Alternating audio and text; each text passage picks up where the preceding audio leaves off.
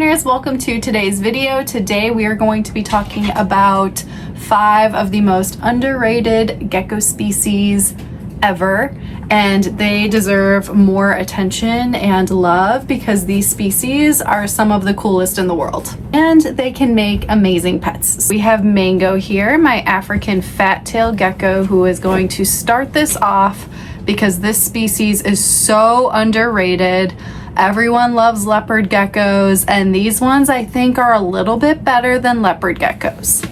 So we're gonna get into why that is. So African fat-tailed geckos in particular are one of my favorite species of geckos, particularly because they are literally the cutest things ever. I think they have the cutest faces and the most docile personalities, and they are just so charming. If you like leopard geckos, pretty much anything that you would like about a leopard gecko is a quality that an African fat-tailed gecko has, only they're slightly smaller. And in my opinion, I think they're just a little bit less spunky and a little bit more tolerant. It may just be my experience with my African fat-tailed gecko, but they just seem to have a more calm disposition compared to leopard geckos. These geckos look very similar to leopard geckos, but the coloring is different. They have solid black eyes compared to leopard geckos who have different color variations when it comes to their eyes. And African fat-tails do come in different morphs, so that's another fun part. A lot of people love leopard geckos because of all the fun morphs. There are some really cool morphs when it comes to African fat-tailed geckos as well. A lot of them can be white or brown or purple looking. The more standard African fat-tailed geckos have a white stripe going down their back. And yeah, that's pretty much it. I think that their nails or their fingers are a little bit shorter than leopard geckos. It feels like their nails aren't as sharp as leopard geckos as well. So overall, handling an African fat-tailed gecko I think is more pleasant than handling a leopard gecko, and they seem a little bit more tolerant of it. So all of those pros can just make them amazing for beginners, especially if you're not comfortable with reptiles or you're trying to get your child into reptiles. African fat-tails, because they're so small and docile and easy to handle and comfortable to handle, and they're so tolerant, they can just make amazing first-time reptiles for any type of person, or if you're trying to introduce them to someone that's uncomfortable, they will most likely be comfortable with an African fat-tailed gecko. African fat-tailed geckos live 15 to 20 years in captivity, so they are a long-term commitment. It's similar to leopard geckos. You're going to have them for quite a long time. When it comes to caring for an African fat-tailed gecko, they do not require a lot of space. I'm not even sure what the typical recommendation is for African fat-tailed geckos, but my recommendation would personally be a 4x2x16 enclosure. You may think that that sounds absurd for such a small gecko, but I think that they do utilize it, and it is something that you should offer them. So I think that that's a perfect standard size for an African fat-tailed gecko. When it comes to caring for them, it's very similar to leopard geckos. The only difference is that they're going to have a little bit of a more increased humidity requirement as opposed to the leopard geckos. So the African fat-tailed gecko is going to need 50 to 60% humidity, which is a little bit higher than a leopard gecko. You should still provide a humid hide for them in their enclosure, similar to a leopard gecko as well. This species does require heat, so you can use a basking bulb for this, or a heat pad attached to a thermostat, or a deep heat projector. All of these different things can be used to properly give the right amount of heat for your African fat-tailed gecko to make sure they can properly digest their food. You do want to make sure that they have a basking area that reaches 90 degrees Fahrenheit. And when it comes to the UVB is not required for this species. They can live without it, but it can be beneficial. So if you do want to offer UVB, use a low wattage Shade Dweller T5 5.0 UVB for them. If you are not using a UVB for them, you just got to make sure that you are supplementing calcium with D3, because otherwise they will not get it since there is no UVB in their setup. Another thing to keep in mind with this species that some people may not like, that is very important to be aware of, is that they are insectivores, meaning that they are going to be needing to eat live insects for their diet. That is the only thing that they need to eat. You got to make sure you can give them a lot of variety. So dubia roaches, crickets, black soldier fly larvae, silkworms, all of these good foods are things that you want to offer them as much as possible and give a lot of variety. That way they can get all the nutrients that they need. So if all of these things are cool with you and you're able to accept on all of those responsibilities, it may be a good fit for you. And I think that they can be very suitable for people that are beginners. So I think that they're just so underrated. They deserve more love and appreciation. And I think that they should be a little bit more popular than they actually are. The second one on our list is the Europlatus Lineiatis. So we are very familiar with a lot of the Europlatus leaf-tail geckos, like the Europlatus fantasticus or the satanic leaf-tail gecko. There's the Europlatus sicerae, which is the mossy leaf-tail gecko. We're also familiar with the giant leaf-tail geckos with the super crazy eyes. There is another larger species of leaf-tail geckos that I rarely see anywhere. They do not get enough attention, and I think that they are super cool. When I was first looking into Europlatus, this was actually a species that I wanted to keep, but I couldn't find any captive bred ones. But yes, it is the Europlatus Lineiatis, and these geckos are pretty large. They can get to be 10 to 11 inches long. So because of this, I would recommend an enclosure. Honestly, you could do a 2x2x2. I would recommend going larger. I think a 2x2x4 would be a perfect setup for this type of a species. They do require a lot of height and a lot of climbing space, so they will utilize it, and they have that extra length because they're like a longer gecko, so they need a little bit more room. These geckos are insectivores, so they are going to be eating the same bugs that I just mentioned earlier, and there's really no way around it. So if you're not comfortable feeding live bugs, this wouldn't be a gecko for you, but if you're comfortable with it, it could be a good fit. These geckos can live 10 to 15 years or even longer, so it's another commitment and something to keep in mind. They do require a 70% humidity during the day, and they can also live with room temperature. So this is a species that will not require heat so long as you have a comfortable room temperature in the 70s. And then when it comes to UVB, it is not required for this species either, but it can be beneficial. So if you do want to offer UVB, it is recommended to use a Shade Dweller T5 5.0. But if you don't want to use UVB, just make sure you are supplementing calcium with D3. These geckos are super cool and amazing at blending in with wood on trees. They are called the lined leaf gecko because they have lines going down them, and those lines really do replicate the wood and the branches that they're going to be basking on and hiding on and sleeping on during the day. So it just really helps with their camouflage, and they're a cool shape. I think that they're just so cool looking. And another thing that really draws me to them in particular is their eyes. I think that they have really gorgeous light eyes. They're really bright. And another thing that's really cool about this species is they have these little spikes on their eyelids, and it looks like eyelashes. So it's kind of similar to a crested gecko, but it's not like as many, but it's just like a couple that are just, it kind of makes them look like little devils on their eyes. I think that's super cool. I think that they are just gorgeous animals. They have very long and slender bodies. Again, they're a larger species for a Europlatus. And something that's interesting about these geckos is that they actually do have tail regeneration. So if they lose a tail, they can grow it back. Another interesting fact about the Europlatus Lineiatis is that they actually lay their eggs in elevated locations compared to a lot of other species that lay their eggs in the ground. This is a species that will be laying their eggs up in corn plants or hollowed out bamboo in the enclosure, which I just think is pretty cool, so I wanted to add it in there. The next species we're going to talk about is one that I personally have hated on in the past, and I completely regret it, and I take it back.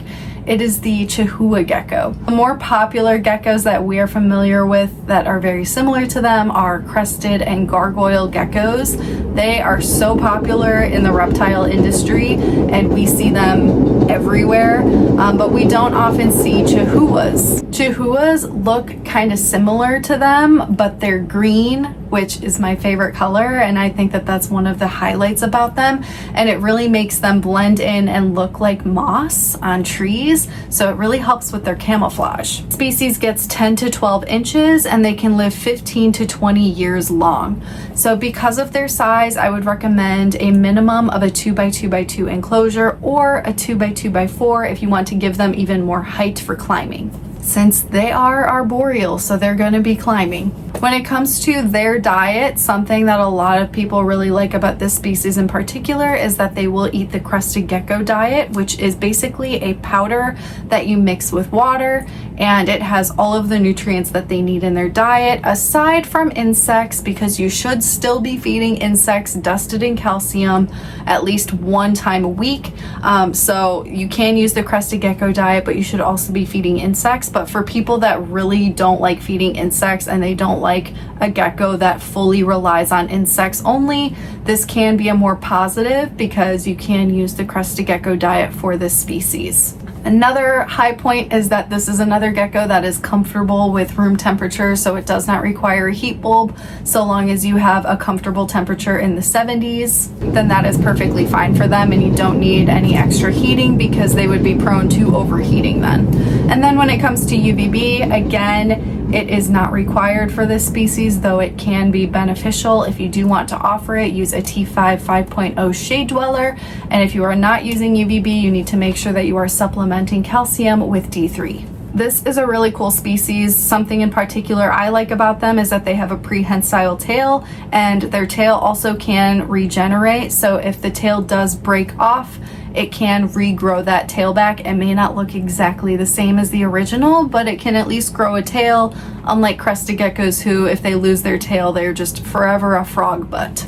Another positive about the Chahooa Gecko is that they are very docile and easy to handle, very similar to crested and gargoyle geckos. These ones are going to also be very jumpy, but they are handleable, which makes it fun for keeping. So I think that they should be on the same level as the crested and gargoyle geckos when it comes to popularity. We just don't see them as often, but I think that they're really special and they deserve a spot on this list. Little secret, I might be getting a Chahooa soon. We shall see. We shall see. The next one on our list is the giant bent-toed gecko. And this one, there isn't that much information on, and they're very difficult to find, but I think that they are just such an underrated cool species. A more common species that we hear of are cave geckos with the really cool bright red eyes and purple scales. They kind of look like leopard geckos. This one is kind of similar in appearance but bigger, and I think that they're just so cool. Their scientific name I'm probably gonna butcher. It is the Cretodactylus eriangianensis. I think that's how it's said. But yeah, I think that these guys are so cool. So yeah, I want to talk about them. They are on the list. These geckos are 10 to 13 inches, so they do get to be a pretty decent size. These geckos are arboreal, and because of their size, I would recommend either a 2x2x2 enclosure or a 2x2x4 just for more climbing, because they do get to be a pretty decent size. These guys can live 10 plus years in captivity, so it is a bit of a commitment. They are also insectivores, so these ones do not eat a crested gecko diet whatsoever. They are going to need all of those calcium dusted insects like dubia roaches, crickets, black soldier fly larvae, silkworms, all that good stuff. Their humidity requirement is 50 to 60% during the day, so this is a species that does require a little bit higher of a humidity. You want to make sure that you are increasing at most at nighttime, just like all other species. And this is a species that also just does well with a comfortable room temperature in the 70s Fahrenheit. And this is another species that does not require UVB, but again, it can be beneficial for every species because all animals live out in the wild and can get some natural exposure to the sun. So if you do want to offer UVB for this gecko species, a T5 Shade Dweller 5.0 UVB would be suitable. If you are not using UVB, make sure that you are supplementing with calcium D3. Is one of the largest gecko species. I think that one of the coolest things about them is that their tail curls, kind of similar to how a chameleon tail would curl. It's just like one of my favorite little things about them. They're also very hardy and adaptable. They're relatively slow moving and handleable. They have the uniquely bent looking toes, which are specialized for their climbing abilities, and they can be a little spunky when it comes to personality, but with regular handling you can gain trust and reduce biting in the future. But this is probably one of the more spunky species when it comes to personality compared to some of the other geckos on the list today. So just because of that, it might make them a little bit more for an advanced keeper, not so much for a beginner. But if you are interested and you have the passion and you think you can handle it, it could be an amazing fit for you. And number 5 on my list is the Chameleon Gecko, also known as the Eurodactylodes. I think that's how it's pronounced, or the Bauer's Chameleon Gecko. These geckos are so cool. I want one so bad. Yeah, if I had more space, if I had space to just like get like smaller gecko species, I feel like I need a separate room for that. I would definitely have this gecko. I think that they're just so gorgeous. I love their big scales. They're green. They have gorgeous eyes. They have really chunky tails. They're just really, really interesting looking compared to any other gecko species. They just really stand out to me. They get 4 to 7 inches long, so they are not really that big of a species. The babies are super tiny, so keep that in mind. They can live 15 to 20 years. Because of their size, I would recommend a 2x2x2 enclosure that offers 60 gallons of space for them and would be spacious for an adult. This is a gecko species that is not comfortable with room temperature and does need heat. So for this gecko species, you need to be reaching 82 to 85 degrees Fahrenheit. When it comes to humidity, it needs to be 60 to 80% humidity, which is a little bit higher. And you got to make sure that you are misting down the enclosure for them, especially at nighttime. So because of these requirements, it can make them a little bit more challenging and less for a beginner. But if you know what you're doing and you have experience and understanding, it can be easily doable. This is a species that will eat the crested gecko diet, which is awesome, but they will also require insects as well. And this is another species that does not require UVB, but if you do want to offer it, make sure you're using a T5 5.0 shade dweller bulb. And then if you're not offering UVB, you need to make sure that you are supplementing calcium with D3. This species can vocalize, which I think is really interesting. I also found online that they have a defense secretion. Basically, it's like a sticky, foul-smelling substance that comes from the glands at the base of their tail. So they do this when they feel threatened. Something to keep in mind if you don't want to get stinky spunk on you while holding a gecko. This may not be a gecko for you because I didn't know that they did this. But again, they have unique scales. They're really bright colored. They are just really cool looking geckos in my opinion. I think that they're like one of the coolest looking geckos. They might be in like my top 5 of cool looking geckos. So yeah, and they're definitely in my top 5 for underrated. I think that we should definitely see more of them. I think that they're just so cool. So yeah, if you guys have any others that you would have added to this list, go ahead and leave it in the comment section. I'm so interested to see what you guys think, and I will see you guys in the next video.